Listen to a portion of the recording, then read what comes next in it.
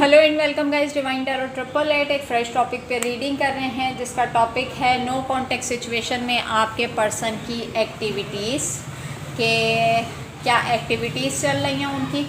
ये journal timeless और collective reading होगी। जितना आपकी सिचुएशन से रेजोनेट करे उतना रखिएगा, ज़बरदस्ती सिचुएशन में फिट इन करने की कोशिश मत कीजिएगा। यूट्यूब पर डिवाइन टैरो 888 को सब्सक्राइब करें ताकि मेरी आने वाली तमाम वीडियोज़ आपको टाइम से मिल सकें। अच्छा जी, नो कॉन्टेक्ट सिचुएशन के अंदर आपके पर्सन की activities. Please divine, please universe, please give me a right predictions for my viewers. I think ये पार्ट 1 होगा। पर्सनल रीडिंग के लिए नंबर डिस्क्रिप्शन बॉक्स में और टिकटॉक के बायो में मौजूद है। पर्सनल रीडिंग के लिए व्हाट्सएप पे अप्रोच कर सकते हैं और पर्सनल रीडिंग कभी भी फ्री ऑफ कॉस्ट नहीं होती है। सिचुएशन जितना रेजोनेट करे उतना रखिएगा, ज़बरदस्ती का सिचुएशन में फिट इन करने की कोशिश मत कीजिएगा। Please divine, please universe, please give me a right predictions for my viewers. No contact situation में आपके पर्सन की एक्टिविटीज़। अच्छा जी,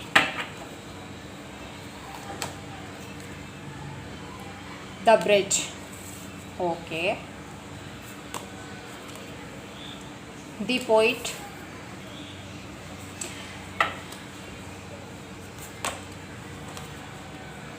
द वेनम,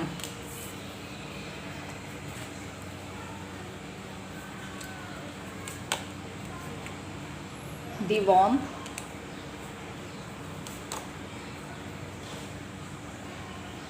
गैनोसिस। चक्रम में फंसे हुए हैं आपके पर्सन।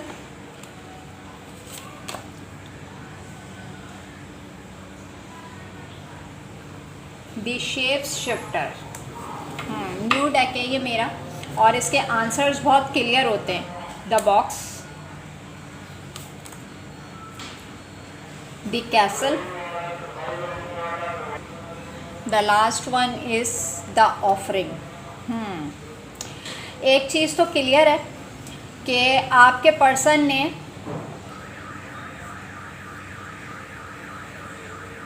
आपके पर्सन खुद ही अपने बनाए हुए जाल में फंस गए हैं। इनको ऐसा लगता था कि आप कभी इनकी सिचुएशन से वॉक अवे नहीं कर सकते, बट इन्होंने इतनी दूरी आपसे मेंटेन कर ली है कि अब इनको पता है कि आपको अप्रोच करना इतना आसान नहीं है। क्योंकि अगर द ब्रिज के कार्ड को गौर से देखें कि अगर ये अपना हाथ बढ़ाना भी चाहें तो अब इनको ये क्लैरिटी नहीं है कि स्टिल क्या आप अभी उसी पोजीशन पे मौजूद हैं। विद द पोइट कार्ड बहुत ज़्यादा पोइट्री सुनते हैं। आई थिंक के इस टाइप के सॉन्ग्स वगैरह जिस टाइप के आप सुनना पसंद करते होंगे, उस टाइम इनको उसकी पोइट्री इतनी डीप डाउन जाके समझ में नहीं आती होगी। बट इस नो कॉन्टेक्ट सिचुएशन के अंदर जिस किस्म के सॉन्ग्स आप पसंद करते हैं, अब उसकी पोइट्री पे बहुत ज़्यादा ध्यान देते हैं ये।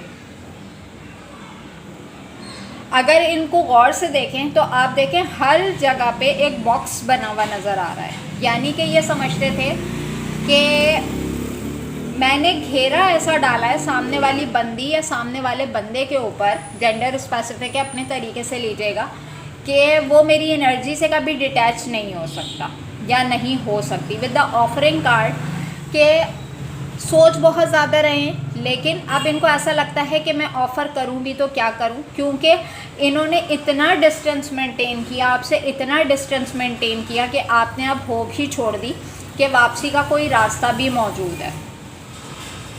फिर माइंडसेट में ये होना कि वो अपनी फैमिली में बिज़ी है, अपनी फैमिली में खुश है, तो मैं अप्रोच करके करूं भी तो करूं क्या। With the castle different options explore करते हैं। मैं ऐसा नहीं कहूँगी कि ये पर्सन अपनी फितरत से बाज नहीं आया। जिस तरीके से पहले इनकी एक्टिविटीज़ इन्वॉल्व थी अदर ऑप्शन और चॉइसेस में, अभी भी इनकी एक्टिविटीज़ मौजूद हैं। क्यों? क्योंकि इनकी फितरत में शामिल हो चुकी है ये चीज़ कि इनको ना अंदर की एनर्जी इनकी पुश करती है। जैसे कि हम कोई काम नहीं करें तो अंदर से हमें एनर्जी पुश करती है ना, बताना कि आज हमने ये नहीं किया है तो हमें ये करना चाहिए। इसी तरीके से इनका जो नेगेटिव माइंड सेट है जिस किस्म की नेगेटिविटी इनकी बॉडी के अंदर मौजूद है कि ये जब तक अपनी ये बैड एडिक्शंस भी आप कह सकते हैं, स्मोकिंग हो सकती है, ड्रिंकिंग हो सकती है, फ्रेंडशिप हो सकती है,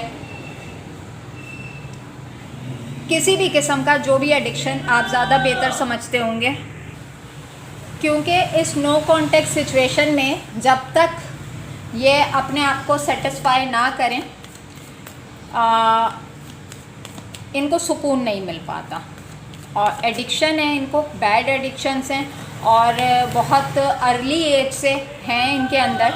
आई थिंक कि आपने कहीं से सेंस भी किया है, किसी ऑनलाइन प्लेटफॉर्म पे जाके इनकी एक्टिविटीज़ को आपने वॉच किया है और आपको नज़र आया है कि करंट सिचुएशन में भी अभी भी इनकी यही एक्टिविटीज़ हैं, यही हरकतें हैं जो कि चलती चली आ रही हैं और दिन ब दिन इनमें और मज़ीद इजाफ़ा ही हुआ है।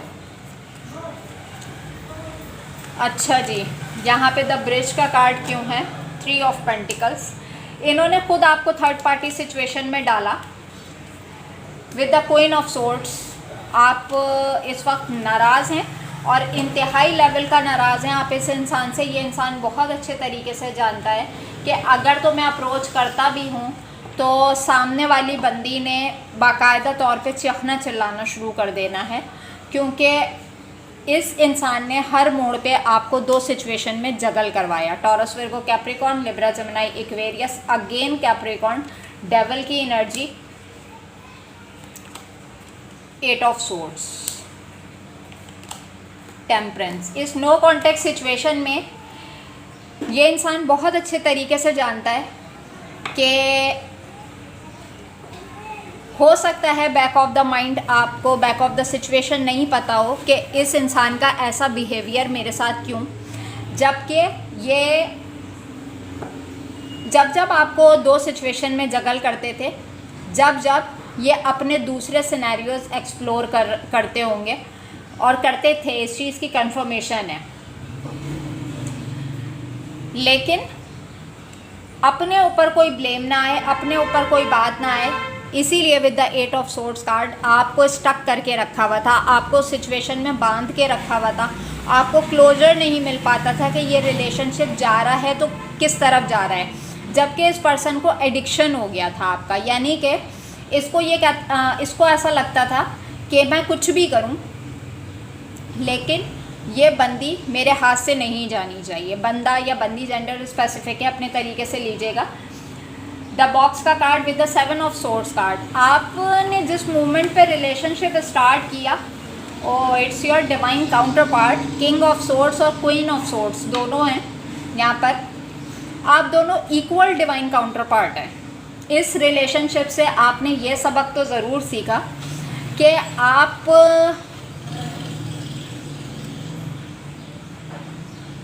आपने बहुत सारी आदतें इस बंदे की अपना ली हैं। शायद आप पहले बहुत बेवकूफ़ होते थे, अब आपको कोई इतनी आसानी से बेवकूफ़ नहीं बना सकता।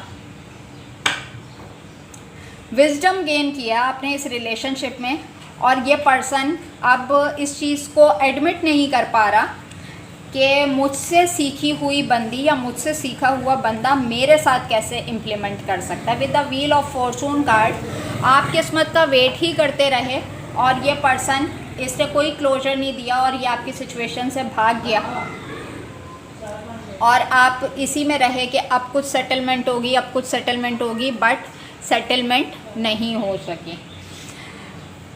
लेकिन अभी इस नो कॉन्टेक्ट सिचुएशन में इनको ये ज़रूर पता है कि आप इंतहाई दर्जे के लेवल के, अब आपको समझ आ गई है कि किस किस तरीके से आपको सिचुएशन में विक्टिमाइज़ किया गया, किस तरीके से आपके साथ सेफ प्ले किया गया, किस तरीके से आपकी किस्मत के चक्कर को घुमा दिया गया कि आपको किस्मत के पहिए में डाल के ये इंसान वहाँ से रफू चक्कर हो गया।